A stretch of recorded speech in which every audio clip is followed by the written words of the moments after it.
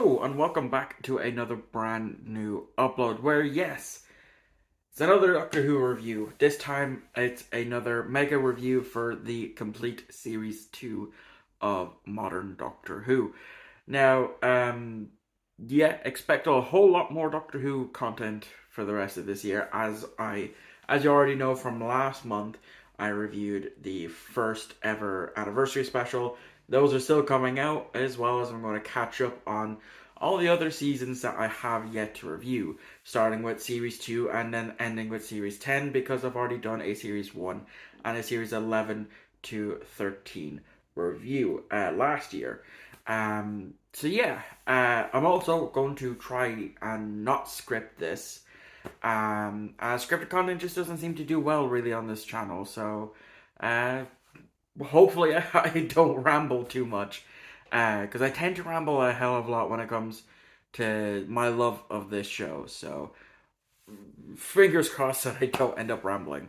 But yeah, so this is the first time I've actually sat down and rewatched Series 2 from start to finish since it aired back in 2006. There has been episodes from this season that I have obviously returned to, such as the Cybermen two-parter, the Impossible Planet and the Beast Below, which is a personal favorite of my season of this season, and then of course Army of Ghosts and Doomsday, as well as I've returned to Love and Monsters, and the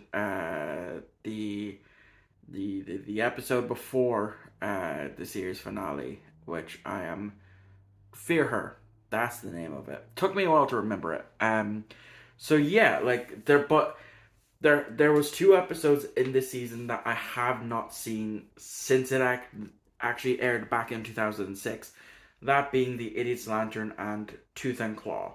So yeah, I suppose I will start with the first episode, New Earth. Um, it has been a while since I've obviously rewatched New Earth. But it's okay. There's nothing bad about it. Nothing good. There's nothing great about it. It's just your average episode of the show. Cassandra was okay. The cat nurses were okay, and the resolution of this episode was okay, and that's about as much of New Earth that I can say really. And then of course now we're going into Tooth and Claw. Now, as I said, Tooth and Claw I have not seen since it aired back in 2006. When I was a bit more cowardly back then, where I couldn't, I didn't, I actually was covering my face with the wolf transformation, and yeah, I have quite a few things to say. Number one, the opening scene where the monks are fighting the people at Torchwood House. Over the top, way too many fast cuts. It was terrible. Yeah, that annoyed me a lot. And then of course the CG for the werewolf. Now, I should mention I'm not watching the Blu-ray version with up to date visuals and that. I'm actually watching the DVD version that came out and around the time of 2006. So it still has like the original visuals for how it was broadcast back in 2006. And yeah, in certain shots with the werewolf, it does hold up. Like it looks pretty good. And then there's other scenes where it just doesn't. Um, which, when we get onto the next episode, it's kind of annoying, but again, budget wise, with giving how big the budget is, like how the budget was spent for other episodes compared to this one, I see why, and I understand why that the werewolf doesn't hold up as much, all these years later. But yeah, the other thing that really annoyed me during this episode was Rose constantly trying to get Queen Victoria to say, "I'm not amused." That joke got old really, really quickly, and it just Did not like it whatsoever. So, Tooth and Claw, first I'm watching it since it aired. What did I think? Not great. It's not a great episode. It's definitely one now I probably won't be returning to for quite a while. And that's just the way it's going to be. I might even skip it on my next. I will be skipping it on my next rewatch, full rewatch. So yeah, now we move on to the next episode, which is School Reunion, where Mickey calls back the Doctor and Rose because there's something going on with the particular school where a new headmaster takes over. Half the staff are let go, including some dinner ladies, and test scores are through the roof. And this is also the first time a classic series companion has come back to the show. Well, the modern era of the show. That being, of course, Sarah Jane Smith, Elizabeth Sladen. And rewatching this episode, having not seen it in a number of years, I forgot how much I love Sarah Jane and how, even after all these years, Liz Sladen was able to slip back into that role rather seamlessly. I had no issues with her whatsoever, and it's a good story as a kind of focus point with the Doctor and Rose's relationship, and any relationships that the Doctor might have with companions, where he basically says, he doesn't age, he regenerates, whereas humans, they grow old, they wither away and die, and he can't stand that with the people he loves that he travels with, and yeah, the Krillitang, the CGI for the Krillitang holds up really, really well. I think the Krillitang are a very interesting species that unfortunately is just a one-off again for the show. I would love to see them come back in Modern Who, especially because with the lore behind the Krillitang is that every time they conquer a new species, they will take a part of that species that they like and admire and add it to their own. So it'd be interesting to see how much the Krillitang has evolved over the years. And yeah, I really do want to see them return at some point in the modern era of the show. So, one gripe that I do have with the end of this episode, and it's a gripe that I've always had with Rose, and that is how she treats Mickey in the end. Where Mickey Smith asks to finally join the TARDIS crew, and not be a side character, and actually, get to have adventures with the Doctor and Rose. And the Doctor, of course, is okay with it, but the way Rose acts is just irritating. It really is. It's why I just don't like Rose as much as I did as a kid. It's just the way she's like, oh yeah, it's fine, but in a real, I don't. It just annoys me. It just annoys me, and it annoys me even more that in the next episode, the girl in the fireplace, she's completely fine. She's completely happy to have him on board. It makes no sense to me. Like, she is the worst girlfriend in the show's history. I'm even going to say even worse than Amy Pond is. Like, Amy Pond, comparing Rose to Amy Pond and how Amy treated Rory is next to fucking nothing compared to how Rose treated Mickey throughout both Series 1 and Series 2, and then again in Series 4 when she gets her Metacrisis Doctor. It's really frustrating. So, speaking of the girl in the fireplace, this is a lot of people's favourite episode. And it's been quite a bit since I actually watched this episode, and I went in thinking that I wasn't going to like it as much, as I was going to call it overrated, this and that. But no, it's adequate. It's a really good episode. The story is pretty good, and it's one that I'd highly recommend to anyone who hasn't seen it. But I'm pretty sure everyone that watches this video has seen The Girl in the Fireplace, and it is one of their favorite episodes. Now moving on to the Cybermen two-parter. Another great episode, great two-part, great reintroduction to the Cybermen, and great new updated design. because the Cybermen hasn't been seen, I think, since Silver Nemesis. Like, of course, we do get the helmet of a Cyberman in Dalek, but they haven't been seen since Silver Nemesis, and it's great first outing for the Cybermen. Great story, having it set in a parallel world, on a parallel Earth, and but again, Rose really irritates me in this episode. With once she finds out that her father is alive, she instantly has to go see him, has to go try and push herself into their lives.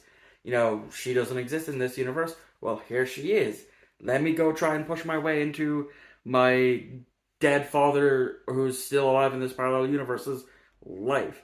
And I've seen a TikTok today as I'm recording this on the 6th of January. Someone pointed something out something I hadn't noticed is Pete in this episode, Pete Tyler, is the exact same as he was character wise as in Father Day, whereas Jackie in this episode, total 180, complete bitch of a character. And I hadn't noticed that. And yeah, thinking about it after watching those two episodes as well as the last two episodes of the season, yeah, he is 1-to-1 exactly alike as his character was portrayed in Father's Day. So yeah, now we get on to the latter half of the season. Okay, so the next episode after that is the Idiot's Lantern, and it's an episode that I haven't seen since it first aired, or I might have seen it once since its first airing. And sitting down to give it a watch, I knew it's an episode that I did not like before this rewatch, and even after this rewatch, I do. My opinion has changed on the episode somewhat, where it's slightly more bearable than what I remembered, but it's still not a great episode. It's definitely one of the more weaker episodes of this season. Rose is essentially taken out for half of it, and we get to see the Doctor again in pure rage, or as I've been essentially referred to it as the last time I brought up his rage. I'll be bringing it up after this. It's early stages of the Time Lord Victorious that I've noticed. Like, the Doctor is very, very, has a lot of rage, but it's in this incarnation particularly that we see the rage more and more, compared to, say, the Ninth Doctor, who definitely had rage. He was suffering from the Time Vortex, not the Time Vortex, the Time War, the ramifications of the Time War, but he could still have, it wasn't as prevalent in his series, whereas throughout David Tennant's run, the rage is there. It's constantly, like, I'm just after rewatching The Runaway Bride, I'll be bringing it up in that video as well whenever I get around to covering it. But had Donna not stopped him, he would have continued the slaughter. He would have slaughtered the Queen of the Rakdos there and then, had Donna not stopped him, because he's vengeful. He as again, quoting other episodes in Angel Sect Manhattan, or one of the episodes, River says, someone says to the Doctor, never travel alone, because when he travels alone for so long, he gets vengeful. There's no one there to stop him, essentially. And it's definitely, like, without Rose in a lot of these episodes, when something happens to her, the Doctor gets vengeful. He doesn't have that thing there, that companion there to stop him from doing that. And that's why we see in The Waters of Mars what he did, because he'd been traveling alone for so long after Donna that he got vengeful. He essentially then fulfilled becoming the Time Lord Victorious, whereas in series 2 and series 3 and series 4, up until that point, there's the seeds that are being sown. And it's very interesting looking back on it, knowing what we do know about the Time Lord Victorious and how that came about. So yeah, Idiot Lantern, not the greatest. Now the Satan Pit and the Beast Below has always been my favorite episode from this season. Um, I don't know what it is about it. It's just the premise is I love the premise of this two parter. The fact that it's an impossible planet orbiting a black hole that should be dragged in and destroyed at this point. But no, apparently it's not. It's orbiting a black hole and it has this funnel that can go all the way back to Earth. And that's how these humans got there. And then, of course, instantly take the TARDIS out of the equation for until the end of the episode. Have the Doctor and Rose trapped in a base under siege story.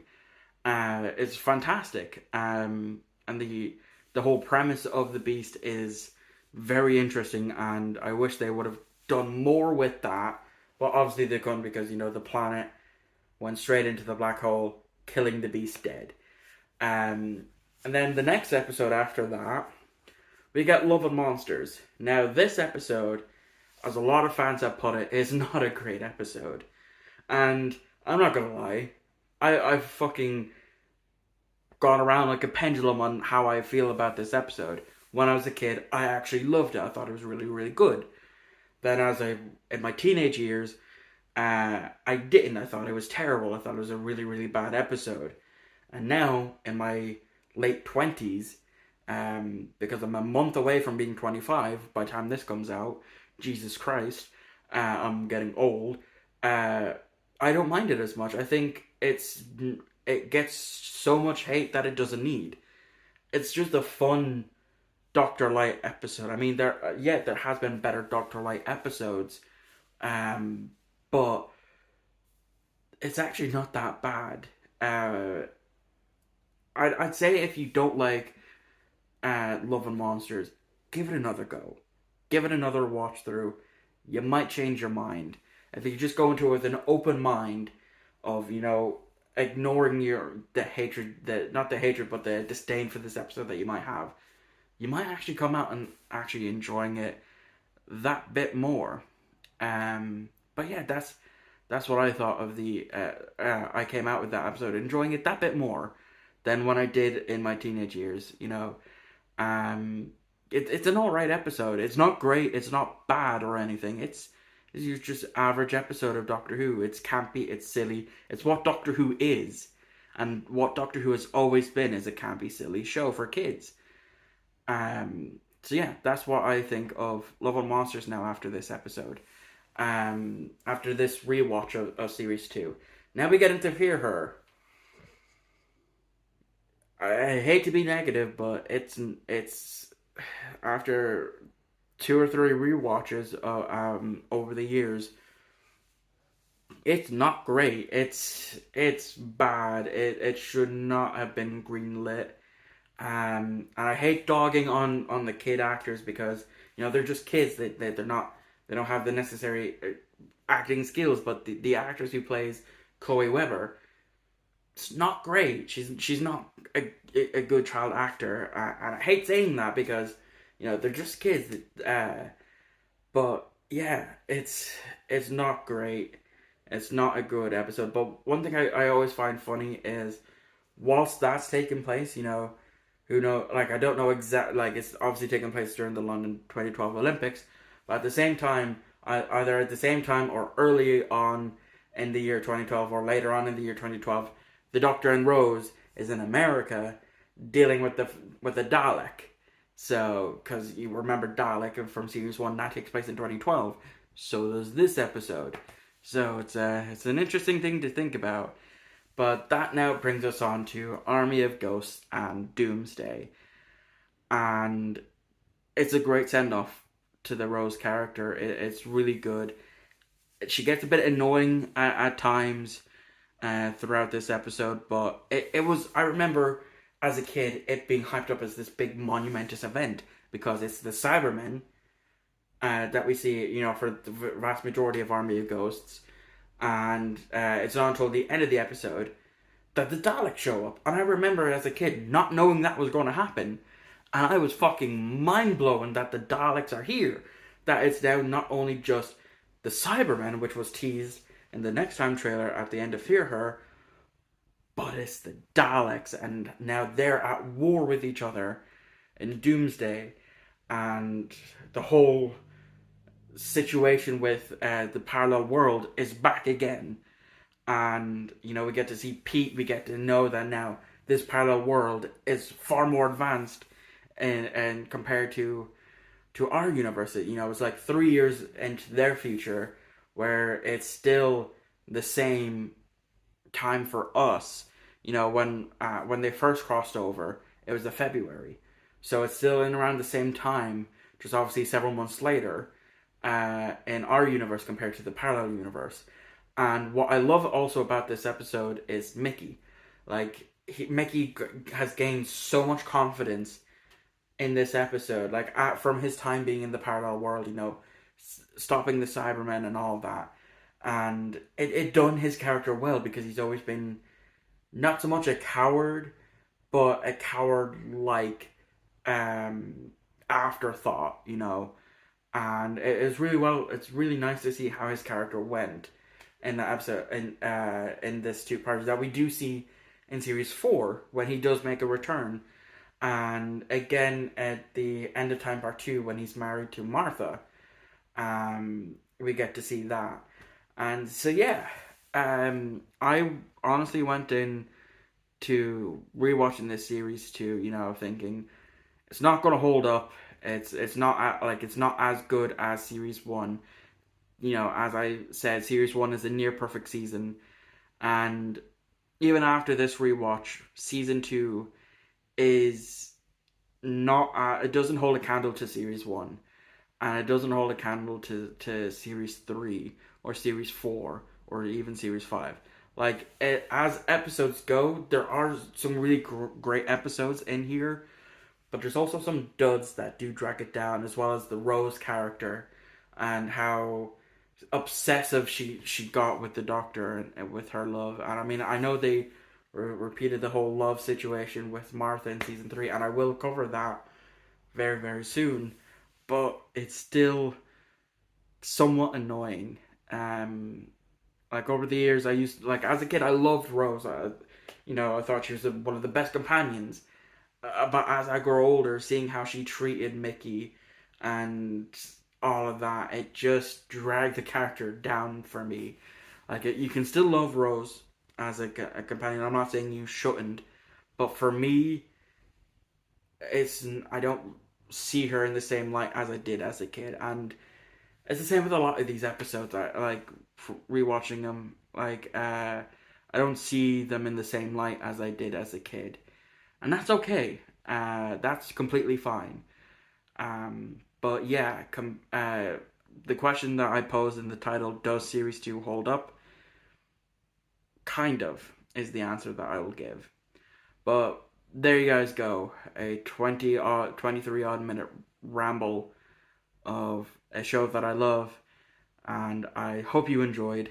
I'll catch you all on the next Doctor Who video, which is next month. And I don't know if that's either going to be I think it's either going to be the 5 Doctors or it's going to be series 3. I'll have to check my notes on that. But yeah, thank you all for watching. I hope you enjoyed. Let me know what you think of series 2 in the comments below, and I will catch you all on the next upload.